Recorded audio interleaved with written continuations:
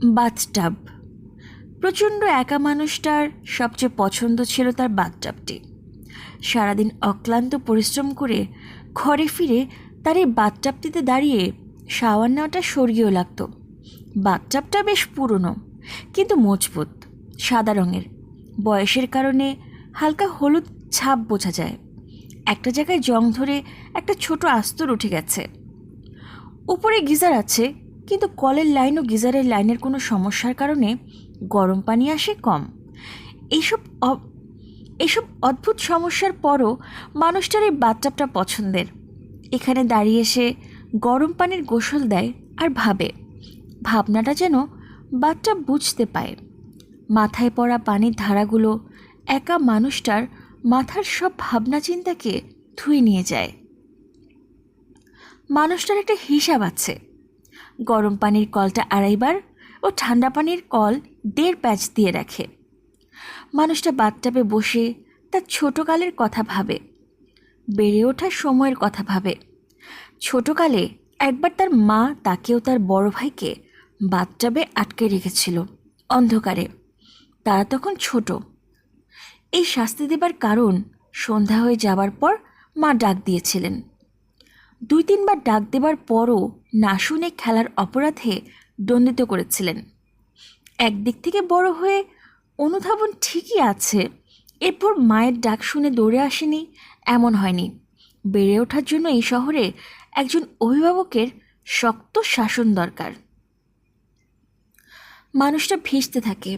এই বাথটাবটা সব ক্লান্তি, হতাশা, আক্ষেপ ধুয়ে নিয়ে আসার চেষ্টা করে, যেন এটা মানুষটাকে বোঝে। একা মানুষ যখন ক্ষেপে ওঠে তখন যে বাঘের চেয়ে ভয়ঙ্কর। মানুষটা একবার একজনের কাছে প্রতারিত হয়ে ক্ষেপে উঠেছিল। তখন তার মাথায় খুন চেপে বসেছিল। খুনের নেশায় মত্ত মানুষটা বাথটাবে বসে ভাবছিল কিভাবে খুন করবে। বিভিন্নভাবে চিন্তা করে সে উপায় করছিল প্রতারককে চরম শাস্তি দেবার। রাগে থরথর করে কাঁপতে থাকা দেহকে শাওয়ারের কুসুম গরম পানির বসায় আনার চেষ্টায় লিপ্ত। বাথটাব যেন বলছে, মানুষটাকে ঠান্ডা করো, ওর জ্ঞান ফিরিয়ে আনো। এই খুন ওর জন্য ভালো কিছু আনবে না। ওকে ঠান্ডা করো, এই খুনের বুদ্ধি থেকে ওকে বার করো। মানুষটা বাথটাবের ভেতর শান্ত হয়ে পড়ল। পুরো বাথটাবটায় পানি ভরে শুয়ে পড়ল।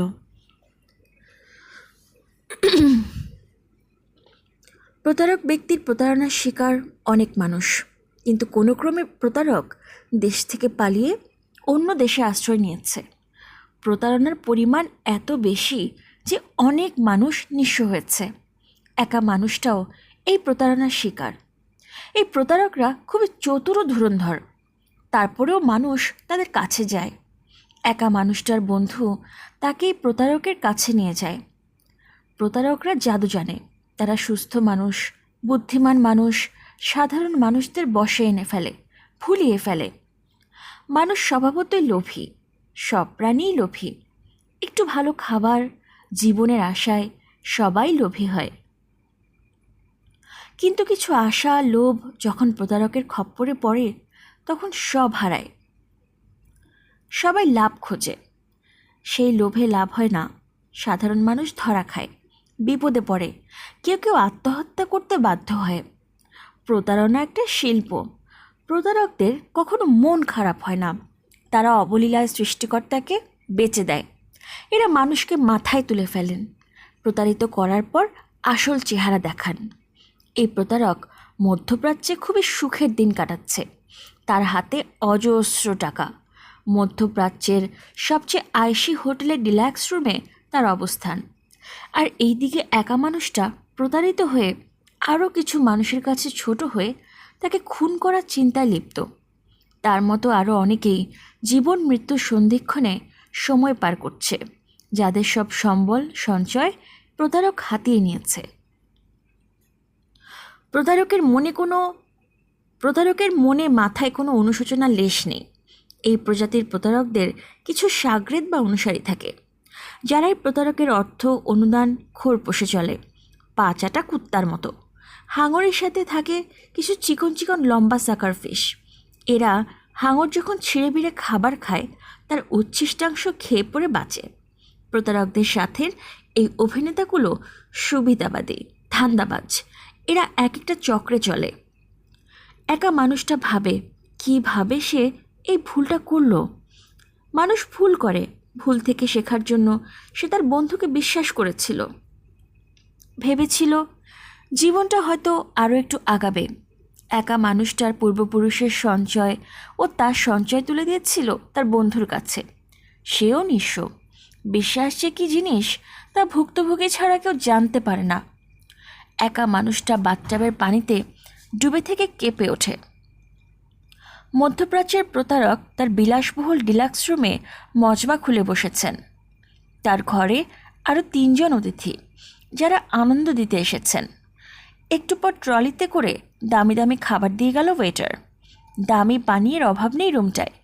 যেই প্রতারকের পূর্বপুরুষ লেবার ছিল, ভাগ্যগুণে প্রতারণার ব্যবসা ফেদে সে শতাধিক মানুষকে প্রতারিত করে রাজার জীবনযাপন করছে। মৎসব ও নষ্টামি করতে করতে প্রতারক ক্লান্ত। আগত অতিথি তাদের প্রাপ্ত সম্মানী নিয়ে যে যার মতো সাইড হয়ে গেছে। মাতাল প্রতারক চোখ মেলতে পারছে না, হাঁটতে পারছে না। প্রতারকের মাথা ঘোরাচ্ছে, যা দেখছে সব ঝাপসা হচ্ছে। সে বাথরুমের দিকে যাবার চেষ্টা করলো। তার খুব বমি পাচ্ছে, মাথা ব্যথা করছে। প্রতারক ওয়াল হাতড়ে হাতড়ে বাথরুমের দিকে যাবার চেষ্টা করছে। পথের মধ্যে ট্রলির সাথে ধাক্কা খেয়ে উল্টে পড়ল। থরে থরে সব দামি পানীয়র বোতল ভেঙে গুঁড়ো গুঁড়ো। পানীয় ও কাঁচের গুঁড়োতে সব মাখামাখি। প্রতারক মাথায় একটা বড় চোট পেয়েছে। সে বাথরুমের দিকে রওনা দিল। ভাঙা কাচের টুকরোতে তার পা কেটে গেল। ল্যাংচাতে ল্যাংচাতে বাথরুমে গেল সে। দামি হোটেলের দামি বাথরুম, জাঁকজমকভাবে সাজানো। আয়নাগুলো অসম্ভব ঝকঝকে। দামি পাথরের টপ দেওয়া বেসিন, সোনার মতো রং করা বা সোনারই প্রলেপ করা সব কিছু। প্রতারক বাথটাবের কাছে এসে বসে পড়ল। ঝাঁ চকচকে টাইলস দেওয়া বাথটাব, কলগুলো সোনালি প্রলেপ দেওয়া। ঘোরের মধ্যে মধ্য প্রতারকের মনে হলো তার পানির নিচে যাওয়া দরকার। বাথটাবটা তাকে টানছে। সে বাথটাবে উঠে পড়ে। সে শুয়ে পড়ে। তার মাতাল শরীর নড়তে পারে না।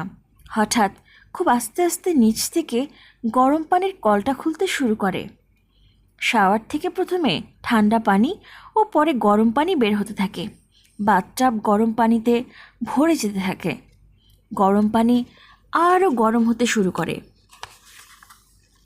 প্রতারকের অসাড় মাতাল দেহ পুড়তে থাকে। সে ঘোর থেকে বের হয়ে বাঁচার চেষ্টা করে, কিন্তু তার প্রতিটি চেষ্টাকে কে যেন নিচের দিকে টানতে থাকে। প্রতারণার কালো পাপে মোড়ানো মাতাল শরীরটা ধীরে ধীরে ডুবে যায় তরল জাহান্নামে। বাষ্পীভূত পাপ আর বিশ্রী পোড়া গন্ধে ভরে যায় আলিশান বাথরুমটা। একা মানুষটা চোখ খুলে বড় একটা দম ফেলে বাথটাবটার ভেতর থেকে মাথা বের করে নিয়ে আসে। হাঁপাতে থাকে সে, বড় বড় করে দম নেয়। উঠে দাঁড়ায় শাওয়ারটার নিচে। হঠাৎ করে কেন যেন তার ভালো লাগতে শুরু করে। শাওয়ারটার চাবিটা ঘুরিয়ে কুসুম গরম পানির গতিটা আর একটু বাড়িয়ে দেয় সে।